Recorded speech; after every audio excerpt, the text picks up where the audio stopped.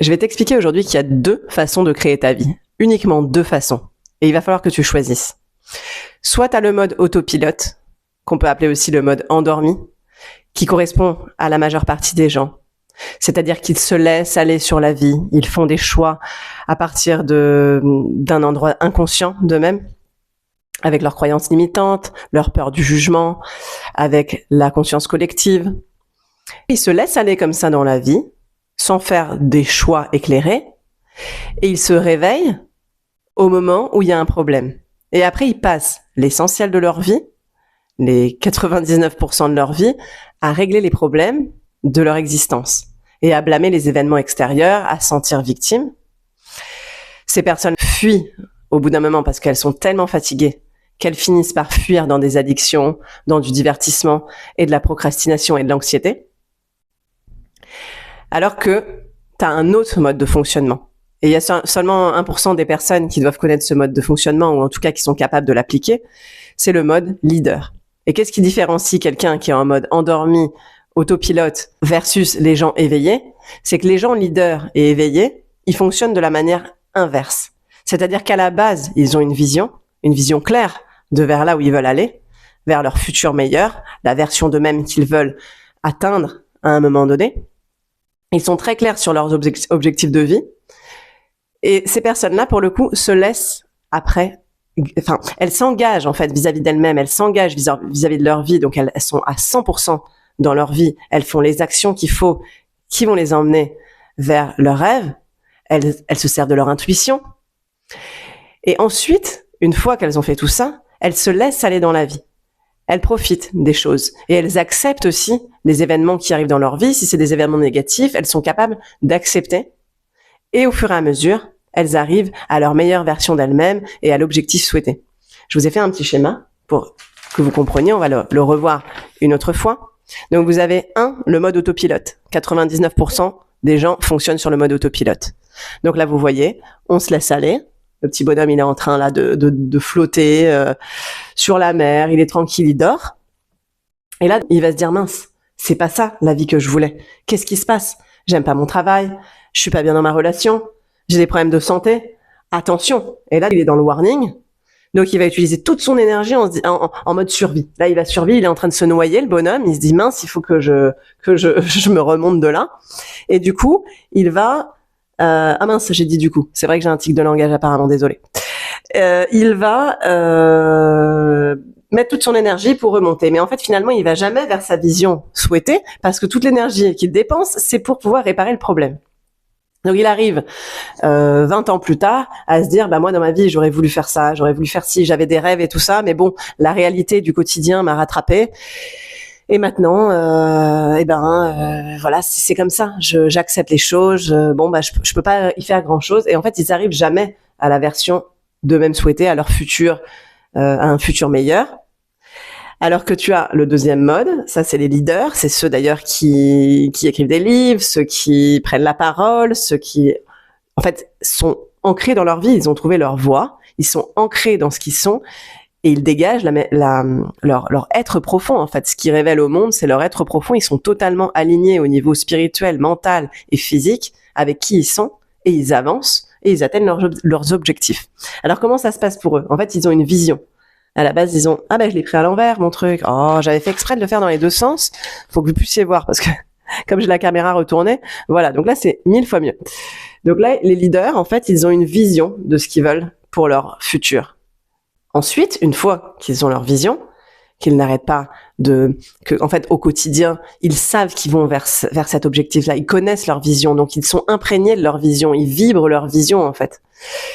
Et là, ensuite, ils se laissent aller dans l'existence, donc ils profitent de leur vie et ils acceptent aussi les événements négatifs qui se déroulent dans leur vie parce qu'ils savent que même si c'est des événements négatifs, ça va les amener à apprendre sur eux pour plus tard accéder à la meilleure version d'eux-mêmes. Donc là, j'ai mis un $, c'est-à-dire réussite. Voilà, je savais pas trop quoi mettre comme émoticône, je sais pas pour illustrer ça. Donc on va dire là, voilà, la personne elle a réussi et elle est dans sa meilleure vie, dans son higher self, et elle est alignée avec elle-même, et du coup, elle peut donner au monde ce qu'elle est venue donner, parce que chaque personne a une essence, de la créativité et a quelque chose à partager au monde et je trouve que maintenant, c'est un devoir pour chaque personne de se réveiller, d'arrêter le mode autopilote et de passer en mode leader. Parce que les leaders, on peut avoir une façon négative de voir le leader qui prend la place des autres. Ça, c'est une grosse croyance limitante, en fait, et de la conscience collective, que le leader, en fait, il prend la place des autres, qu'il écrase les autres, les pauvres qui sont victimes des leaders. Il y a qu'eux qui réussissent. Mais en fait, finalement, c'est des maîtres, ces leaders-là. C'est des personnes qui, justement, ont réussi à sortir du mode autopilote et à prendre leur vie en main. Et ces personnes-là aident les autres. Elles donnent énormément. C'est des personnes généreuses et inspirantes. Donc si toi, en fait, t'es en mode encore autopilote, parce qu'il y a des personnes pour qui c'est simple de devenir leader, parce qu'elles ont peut-être moins de bagages, elles ont peut-être très jeunes une vision claire de ce qu'elles veulent devenir, peut-être qu'elles ont été écoutées, et il y a d'autres personnes qui se sont endormies parce qu'elles ont eu des traumas, que finalement elles se sont mis à vivre d'une manière justement inconscientes, qu'elles se sont renfermées dans leur traumatisme et qu'elles sont plus connectées, en fait. C'est surtout ça, elles ne sont plus connectées à leur être véritable. Et comme elles ont cette déconnexion, elles sont pas alignées avec elles, donc ce qui crée de l'anxiété, de la déréalisation, tous ces problèmes-là, ces problèmes de pensée, ces personnes qui sont bloquées dans leur mental, c'est justement qu'elles sont plus en alignement au niveau physique, spirituel et mental, et elles sont plus en alignement avec qui elles sont et pourquoi elles se sont incarnées. Moi, j'y suis passée dans ce mode autopilote et le but, tout mon cheminement a été justement de me réveiller et de prendre ma vie en main, d'avoir une vision claire de ce que je veux amener dans le futur, de demander et de faire le maximum pour y arriver. Et du coup, j'ai relevé 5 manières qui sont pour moi les plus rapides et les plus efficaces pour accéder à ce mode de fonctionnement. Si toi aussi tu veux passer de ce mode endormi au mode éveillé, je vais t'expliquer 5 principes à mettre en place dans ta vie pour y arriver et pour réussir à réaliser ton futur, ton meilleur futur, ce que tu as comme vision, en fait. Donc, le premier point, qui est le plus important de tous, si tu souhaites changer dans ta vie, il va falloir, en numéro 1, que tu t'engages envers toi-même. C'est le plus important. Sans ça, t'as pas la peine de faire les autres points, en fait. C'est le premier, c'est la base de tout. Tu t'engages vis-à-vis de toi-même. Tu te dis, à partir d'aujourd'hui, à partir du visionnage de cette vidéo, je décide d'incarner la meilleure version de moi-même dans ce monde, de donner au monde ce que je suis venu donner, et de passer un contrat avec toi en disant quoi qu'il arrive, quoi qu'il se passe, tous les jours, je me réengagerai. Je me réengagerai pour ce futur meilleur, pour me donner à moi-même. C'est un engagement de soi vis-à-vis de soi. Je ne veux plus dormir. Je suis venu là pour quelque chose. Je suis venu là pour vivre la meilleure vie possible, pour kiffer l'existence terrestre et pour apporter au monde ma joie, mon kiff, mon essence, ma créativité. Donc à partir d'aujourd'hui, je donnerai tout ce qui est en mon pouvoir pour y arriver. Et ça, vous pouvez couper la vidéo, vous faire une affirmation personnelle, quelque chose qui va vous ancrer spirituellement, mentalement et physiquement. Ça doit être sur les 3 niveaux. C'est quelque chose que vous devez ressentir au niveau de votre vibration corporelle. Moi, si je me le dis par rapport à moi-même, il faut que je ressente la vibration. C'est pas juste se dire mentalement, je vais changer. Oui, voilà. C'est vraiment, je me pose, je te jure, tu te regardes dans les yeux et tu te jures de toi vis-à-vis de toi que tu vas pas te lâcher. Je te lâcherai jamais et je serai là toujours pour toi et tu vas y arriver à cette meilleure version de toi. Parce que tu es là pour ça et c'est ton devoir de l'incarner. Donc ça, c'est le point numéro 1. Point numéro 2, tu vas clarifier. Tu vas clarifier ta vision. J'en ai parlé dans ma vidéo précédente sur le self-concept. C'est très important de savoir où tu vas. D'ailleurs, c'est marrant parce que j'ai pensé à ça ce matin avant de faire la vidéo et je me suis dit, tiens, je leur en parlerai. Parce que quand j'ai fait, il y a quelques temps, une thérapie où j'ai fait quelques séances de MDR avec une psychothérapeute qui me parlait justement de sa vie à elle et comment elle avait construit toute sa vie. Et c'était fou parce que justement, elle était, depuis très jeune, depuis ses 14 ans, elle avait parlé à son père qui lui avait posé une question en lui disant qui tu es, qu'est-ce que tu veux de la vie. Et elle avait été très claire, elle avait dit moi, plus tard, je veux aider des gens à se sentir mieux dans leur vie et je serai psychothérapeute.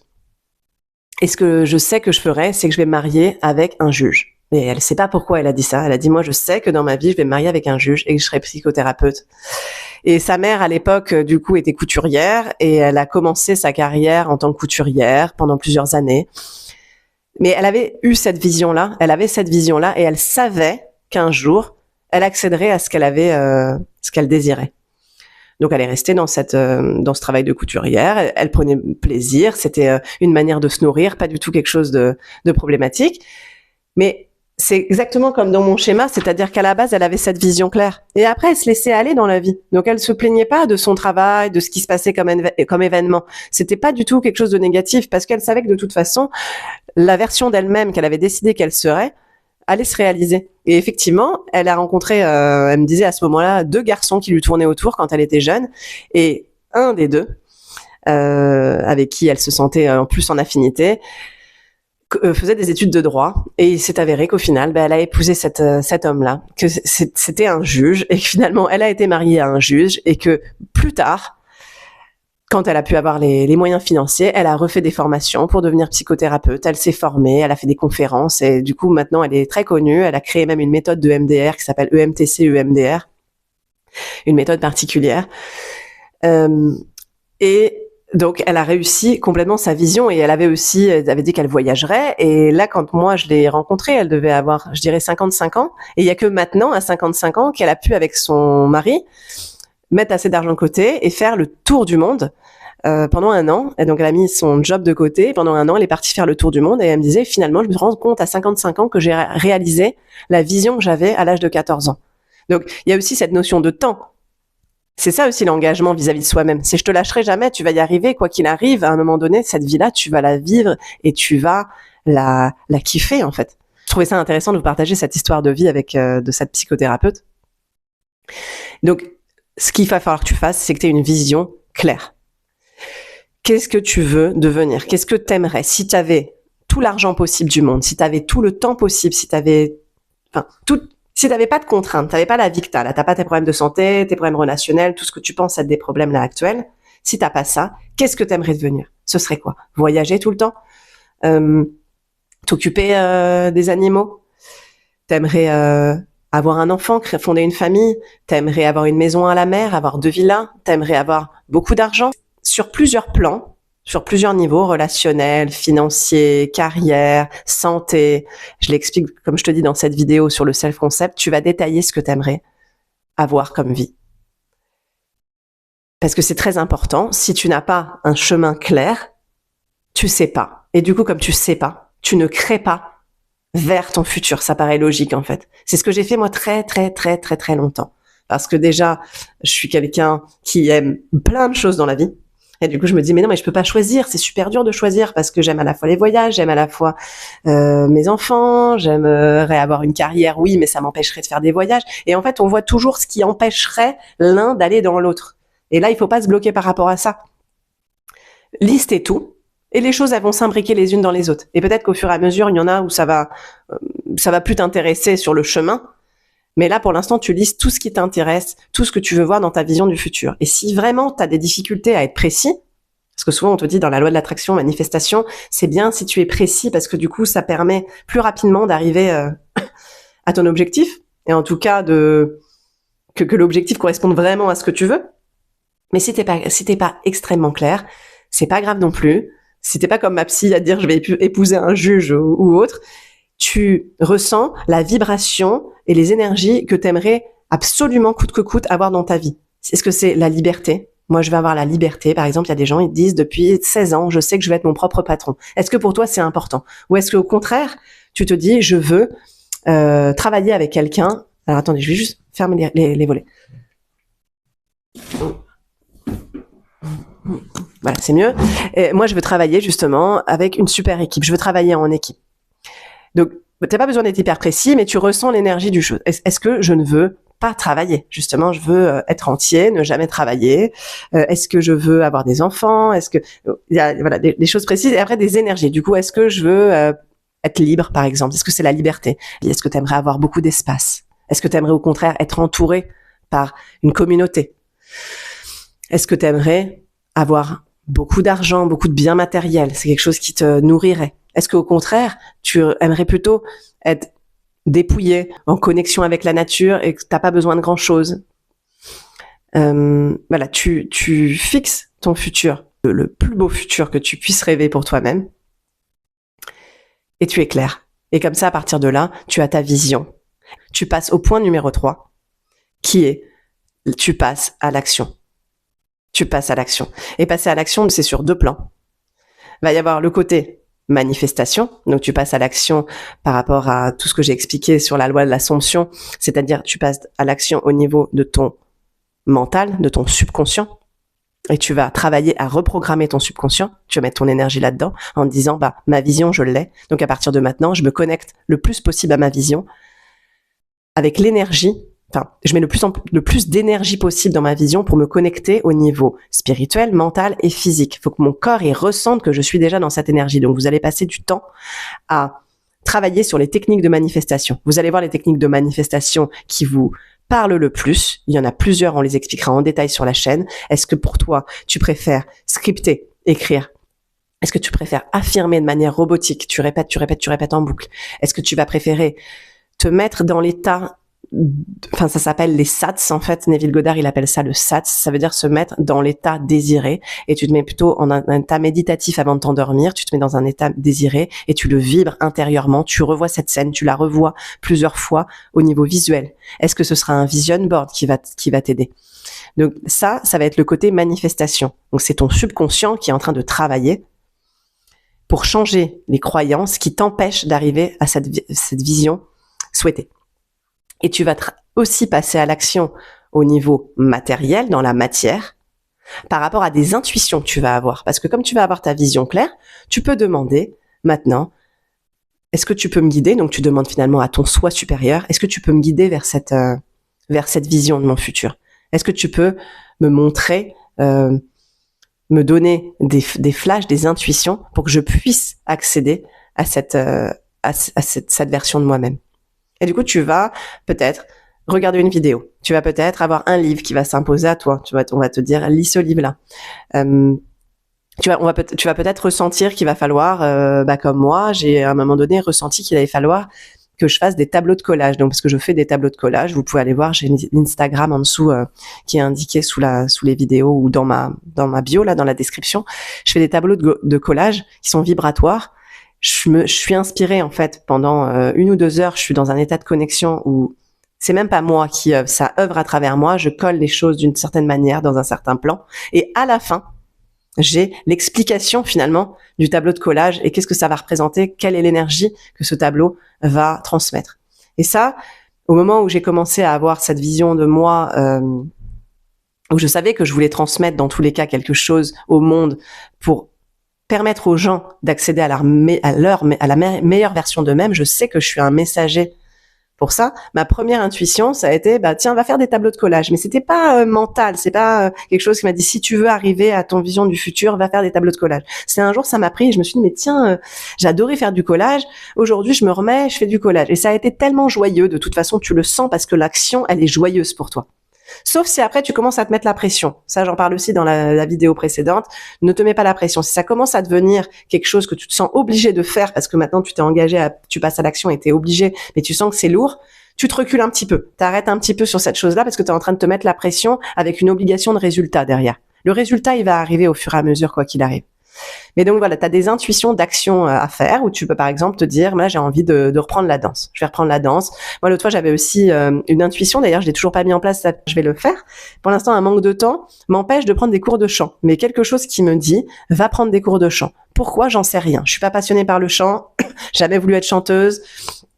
Peut-être pour justement améliorer ma diction, améliorer ma manière de communiquer mon message, ouvrir le chakra de la gorge, j'en sais rien. Je sais que dès que j'aurai plus de temps, je vais aller faire des cours de chant. Donc vous allez avoir comme ça des actions qui vont s'imposer à vous, des actions inspirées, qui sont pas forcées, ne forcez rien. Commencez pas à chercher dans votre mental quelle action je peux faire pour arriver à cette meilleure version de moi.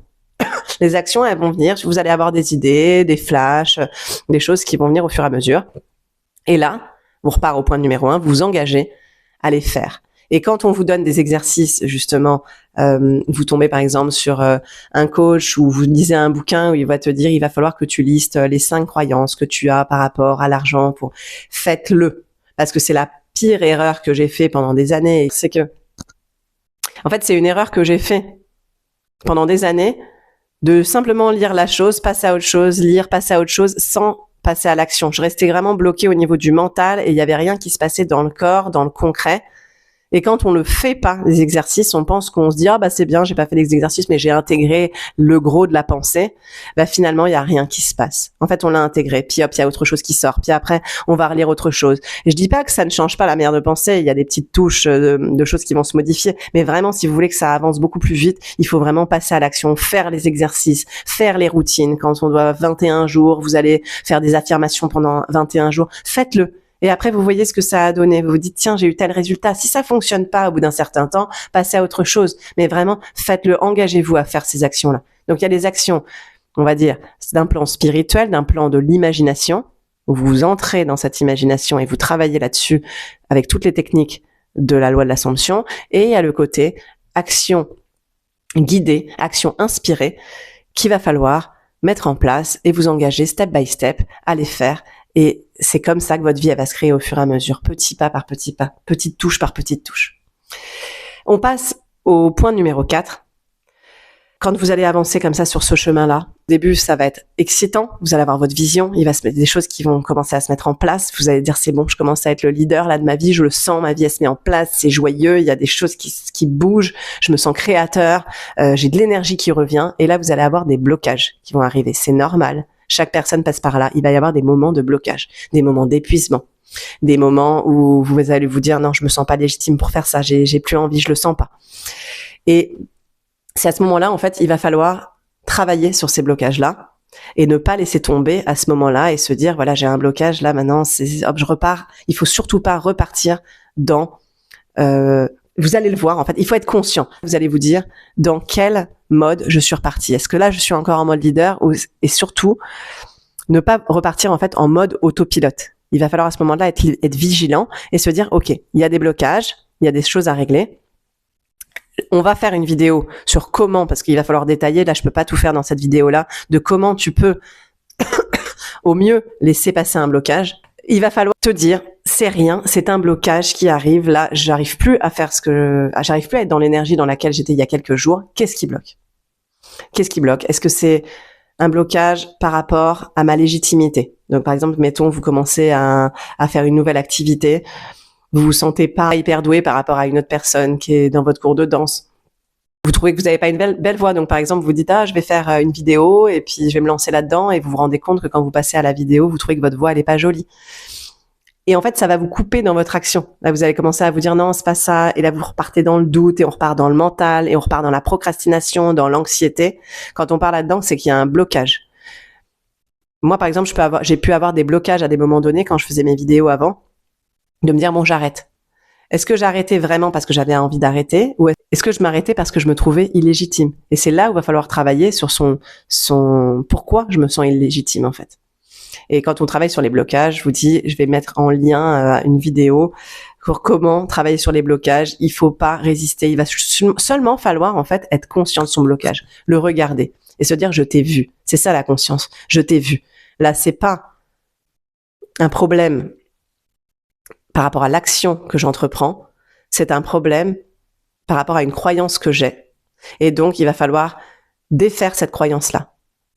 Donc, vous allez être attentif, vous allez vous voir retomber dans un état où vous vous sentez moins bien et vous allez vous demander quelle est la croyance ici qui m'empêche d'accéder à la meilleure version de moi. Donc, si par exemple, vous vous sentez bloqué au niveau financier, quelle est ma croyance aujourd'hui par rapport à l'argent, ma peur sous-jacente qui est là et qui m'empêche de recevoir plus d'argent dans ma vie. Vous allez travailler de cette manière-là. Voir le blocage, poser des questions en se demandant qu'est-ce qui est là, quel est le blocage qui est derrière, quelle est la croyance limitante qui est derrière. Une fois que vous avez cette croyance limitante, vous refaites une affirmation contraire. Mettons, vous voyez bien que vous arrêtez de faire telle action parce que par exemple vous vous sentez illégitime, et ben vous allez construire une croyance inverse pour reprogrammer votre subconscient et vous allez les affirmer après par rapport à l'étape numéro 3 du passage à l'action. Par exemple, je suis légitime. Quand je parle, je suis écoutée. Ce que je dis a de la valeur.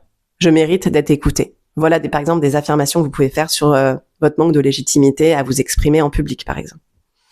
Et vous allez voir, à force de reprogrammer le subconscient, à force de faire ce travail-là, la croyance limitante va changer et du coup, le blocage va partir et on va pouvoir passer à une étape supérieure. Donc, le seul but du point numéro 4, quand je dis travaille sur tes blocages, c'est sois conscient de tes blocages. Sois conscient, tu les regardes et tu reprogrammes de manière inversée. Et le dernier point, très important, le dernier point, c'est justement, comme par rapport au schéma que je vous ai montré. Hop, c'est dans le bon sens. Comme par rapport au schéma que je vous ai montré, le dernier point, c'est de se laisser aller dans l'existence. C'est d'accepter son existence comme elle vient. C'est d'accepter les événements qui vous sont présentés. Et ça, c'est un point majeur. Parce que justement, qu'est-ce qu'ils font les autres qui sont en autopilote, qui sont endormis? Ils passent leur temps à régler les problèmes. Et ils règlent leurs problèmes à partir de quoi? À partir du mental. Toute leur énergie, elle part là-dedans. Donc, elle peut plus être utilisée au passage à l'action. Elle peut plus être utilisée à entretenir sa vision. Elle est utilisée à régler le problème. Donc, quand il y a un problème qui se présente, vous le regardez et la seule chose que vous allez vous dire, c'est OK. Cette chose-là, c'est OK. Ça fait partie de mon chemin. Je vais profiter de cet événement-là pour tirer une leçon. Je vais le regarder. Je vais me laisser aller dans l'expérience. Et tout va bien se passer. Et quoi qu'il arrive, je vais quand même arriver à ma vision du futur. Par rapport au point numéro 5, c'est tu acceptes ta réalité à 100%, ta réalité actuelle qui est dans la 3D. Tu ne regardes pas la 3D, tu continues à rester dans l'état souhaité et dans ta vision. Et tu pratiques pour cela la gratitude. Ça va être très important pour accepter la 3D, de te dire pourquoi tu es reconnaissant déjà dans ta vie. Ça va être un premier point. Donc tu listes et tu dis merci pour la relation que j'ai avec mes enfants, merci pour l'argent que j'ai déjà sur mon compte, merci pour cette maison dans laquelle je me sens en sécurité. Comme ça, l'énergie, elle change. On n'est plus dans une énergie de manque, mais on est dans une énergie de gratitude, d'amour, d'expansion. Et ça, comme la vibration, c'est la base de la manifestation. Il faut absolument qu'on se dise pas, ah bah j'ai fait tout le boulot, là j'ai travaillé sur moi, j'ai fait des exercices et tout, mais quand on retourne dans la 3D et qu'on regarde la réalité, on se dit, fait chier, c'est toujours pas ce que je voulais, ça je suis pas bien là-dedans et tout ça. Non, on remercie pour ce qui est déjà bien. Et je vais vous lire une phrase que j'ai trouvée, c'était en anglais, donc là, moi j'essaie de la traduire en français en fait, et j'ai trouvé ça très parlant. C'était en anglais, I don't like it, but it is what it is, and I accept that. It can be another way. Donc ce qui voudrait dire, je n'aime pas la manière là dont c'est présenté, mais c'est ce que c'est, et je l'accepte. Ça ne peut pas être autrement.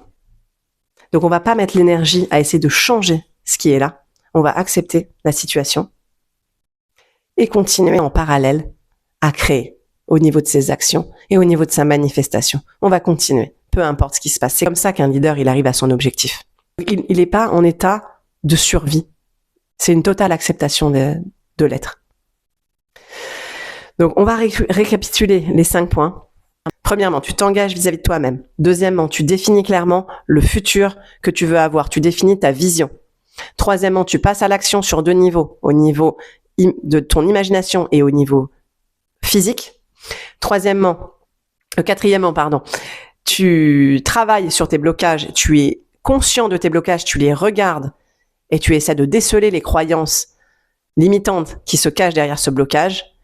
Et en 5e position, tu acceptes ta réalité telle qu'elle est actuellement.